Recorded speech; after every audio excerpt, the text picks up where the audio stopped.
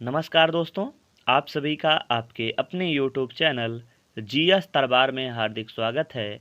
मेरा नाम है आशीष। दोस्तों, हम लोग एसएससी जीडी की तैयारी कर रहे हैं और जिसमें हम लोगों ने प्रीवियस ईयर क्वेश्चन पेपर करना शुरू किया था। अभी तक एक प्रीवियस ईयर क्वेश्चन पेपर कर चुके हैं। ये दूसरा जो है प्रीवियस ईयर क्वेश्चन पेपर है और जिसमें हम लोग जीके और जीएस से जितने भी प्रश्न आए हैं उनके बारे में चर्चा करते हैं। तो इसी श्रृंखला में ये 2021 का प्रीवियस ईयर क्वेश्चन पेपर है, तो आइए शुरू करते हैं। जैसा कि आप सभी को पता है कि आपका पेपर जो होता है वो डिजिटल रूप से होता है, कह सकते हो ऑनलाइन होता है, तो उसमें वहीं से ये पेपर लिया गया है, तो उसमें टिक भी लगा है कि कौन सा जवाब सही है। तो इससे आपको मोटा मोटा आंकड़ा पता चल जाएगा कि प्रश्न कहाँ से बनते हैं।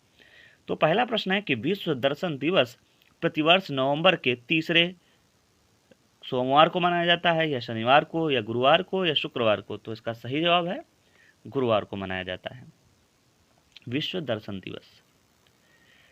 प्रश्न संख्या 2 है, किस मंत्रालय संस्थान ने वित्तीय वर्ष 2019-20 के लिए स्थिर मूल्यों और वर्तमान मूल्यों दोनों पर राष्ट्रीय आय के अंतिम अनुमान जारी किए हैं?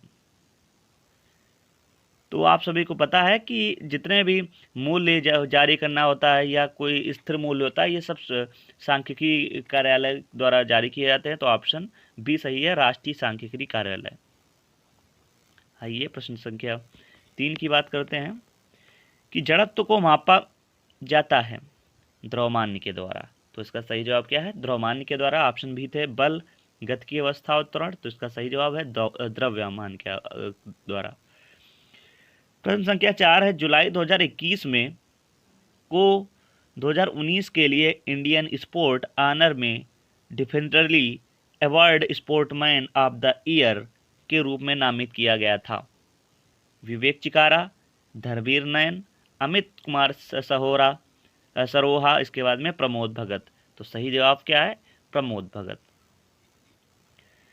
प्रश्न संख्या 5 है, भारतीय रिजर्व बैंक अधिनियम 1934 की धारा के अनुसार बैंक को सभी मूल्य वर्गों के बैंक नोट जारी करने का पूर्ण अधिकार प्राप्त है।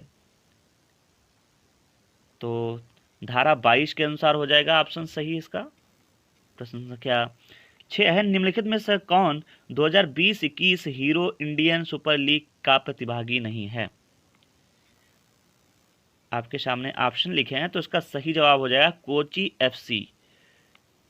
अगला प्रश्न देखते हैं, प्रश्न संख्या 7। प्रश्न संख्या 7 है कि पौधों और पशुओं में जैविक घटनाओं जैसे फूल का आना, पत्तियां निकलना, सुसुप्तावस्था, प्रजनन और प्रवासन आदि के समय का अध्ययन क्या कहलाता है? लाइकेनोलॉजी, फिनोलॉजी। तो इसका सही जवाब क्या है? फिनोलॉजी। प्रश्न संख्या 8 है कि भारतीय दंड संहिता की धारा 354 से संबंधित है। किसी स्त्री की लज्जा भंग करने के उद्देश्य से उस महिला पर हमला करने या उस पर आपराधिक बल प्रयोग करना, क्या कौन सी हो जाएगा? 354। आइए प्रश्न संख्या 9 की बात करते हैं। भारत के कितने राज्यों में द्विसदनीय विधानसभा मंडल है? तो 7, 4, 6, 2। तो उसका सही जवाब क्या है? 7 राज्यों में जो है द्विसदनीय विधानमंडल है। प्रश्न संख्या 10 है, स्वामी दयानंद सरस्वती द्वारा आर्य समाज की स्थापना किए जाने के समय भारत का वायसराय कौन था? Lord Lansdowne, Lord Curzon, Lord Northbrook. तो इसका सही जवाब क्या है? Lord Northbrook. आइए प्रश्न संख्या 11 की बात करते हैं।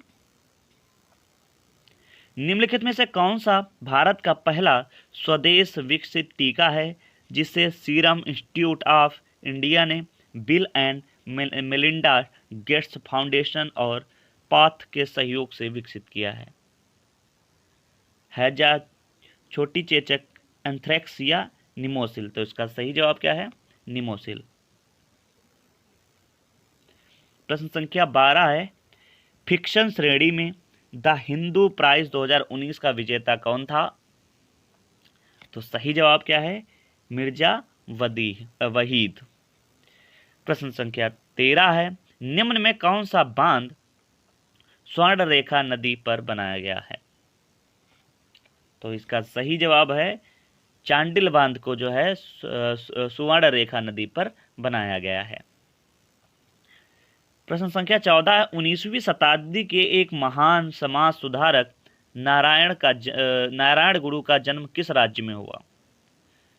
तो पश्चिम बंगाल, केरल, कर्नाटक या असम? तो इसका सही जवाब क्या था?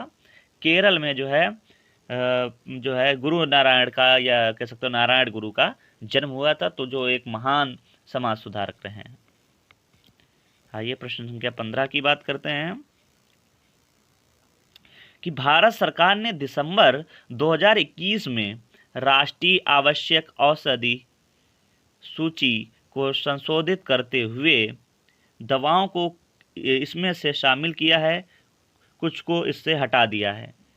तो इसका सही जवाब हो जाएगा संशोधित करते हुए 39 दवाओं को इसमें शामिल किया है। तो ऑप्शन 3 इसका सही जवाब है। प्रश्न संख्या 16 है कि ओडिशा राज्य का धिनका एक लोकप्रिय वाद्य यंत्र है। तो इसका सही जवाब क्या है? कार्डोफोन। देखो दोस्तों, ये 2021 में आपका पेपर आया था, उसी के बारे में मैं चर्चा कर रहा हूँ, तो उसमें ऑप्शन में टिक लगा है, इसलिए मैं विस्तृत रूप से नहीं आपको बता रहा हूँ। प्रश्न संख्या 17 है कि मौन मुस्कान की मार नामक पुस्तक के लेखक कौन हैं? रोहिन राय, जुगल हंसराज, उदय चोपड़ा या आशुतोष राणा? तो जवाब क्या है? आशुतोष राणा। प्रश्न संख्या 18 है, निम्नलिखित में से कौन भारत का एक गोला फेंक खिलाड़ी है? तो इसका सही जवाब क्या है? तेजिंदर पाल सिंह तूर, ये जो है भारत के गोला फेंक खिलाड़ी हैं। प्रश्न संख्या 19 है, मार्च 2021 तक प्राप्त जानकारी के अनुसार भारत के किस राज्य में जूट का सर्वाधिक उत्पादन होता है? त्रिपुरा, पश्चिम बंगाल, झारखंड, असम? तो इसका सही जवाब क्या हो जाएगा? पश्चिम बंगाल। आगे बात करते हैं। जैसा कि आप सभी को पता है कि पहले जो है 25 प्रश्न आते थे, अब आपके पेपर में 20 प्रश्न आया करेंगे जीएस से संबंधित। तो अभी 25 प्रश्न वाला प्रीवियस ईयर क्वेश्चन पेपर हम लोग कर रहे हैं। तो आगे देखते हैं। क्वेश्चन है, ब्रेन फिंगर प्रिंटिंग के बारे में इनमें से कौन सा कथन सही नहीं है? यह जांच मानव मस्तिष्क के विद्युतीय व्यवहार का अध्ययन करने हेतु विद्युत मस्तिष्क लेखन द्वारा जारी किया जाती है। ब्रेन फिंगरप्रिंटिंग को brain electrical oscillation signature profiling भी कहा जाता है। या जांच में अभियुक्त के साथ प्रश्नोत्तर सत्र शामिल होता है। तो इसका यही सही जवाब है कि जांच में अभियुक्त के साथ प्रश्नोत्तर सत्र शामिल होता है ब्रेन फिंगरप्रिंटिंग में। प्रश्न संख्या 21 है, निम्नलिखित में से कौन सी भारतीय मलिन बस्ती विश्व की सबसे बड़ी मलिन बस्तियों में से एक है? तो इसका सही जवाब है धारावी। धारावी जो बस्ती है, ये मलिन बस्तियों में विश्व की सबसे बड़ी मलिन बस्ती है। प्रश्न संख्या 22 है, कृषि की उस शाखा को क्या कहा जाता है जो बागानी फसलों, सामान्यतः फल, सब्जियों और सजावटी पौधों से संबंधित है? तो क्या बोला जाता है? बागवानी या हॉर्टिकल्चर बोला जाता है। और यही देखो, आप नीचे ऑप्शन भी दिए हैं कि सेरीकल्चर किसे बोला जाता है? रेशम कीट पालन से। और पुष्प या कृषि की फूल की खेती को क्या बोला जाता है? फ्लोरिकल्चर। और इसके बाद में परमाकल्चर भी बोला जाता है। आगे है, बेगम नूरजहां का विवाह पूर्व नाम क्या था? तो बेगम नूरजहां का विवाह से पहले क्या नाम था? तो इसका सही जवाब है मेहर उन निशा। आइए प्रश्न संख्या 24 की बात करते हैं कि आर्थिक गतिविधियों को प्रभावित करने के लिए सरकारी व्यय और कर नीतियों का उपयोग है। मौद्रिक नीति, राजकोषीय नीति, विस्तारकारी नीति या संविदात्मक मौद्रिक नीति? तो सही जवाब इसका क्या है? राजकोषीय नीति। और इस कह सकते हो प्रैक्टिस सेट का अंतिम प्रश्न है कि निम्नलिखित में से कौन सी कला शैली पुरुषों द्वारा प्रदर्शित की जाती है जिसमें उनका शरीर राम रस से सना रहता है और वे साधारणतः पीले रंग के परिधान पहनकर गाते हुए करताल के साथ नृत्य करते हैं? तो सही जवाब है क्या है, चेती। तो दोस्तों इस वीडियो में बस इतना ही रखते हैं। आप सभी को ये वीडियो कैसा लगा है कमेंट करके ज़रूर बताएं। मैंने जो 2021 में पेपर आया था उसी पेपर को उठाया था, उसको आपके सामने रखा है। इसी प्रकार से अन्य पेपर भी हम लोग आपके सामने लाएंगे, जिससे कि आपको मोटा मोटा आंकड़ा हो पाएगा कि कौन कौन से प्रश्न पेपर में आते हैं, किस टाइप के प्रश्न आते हैं। आप उसी प्रकार से अपनी तैयारी को धार देते रहें। तो इस वीडियो में इतना ही। वीडियो में साथ जुड़े रहने के लिए आपका धन्यवाद।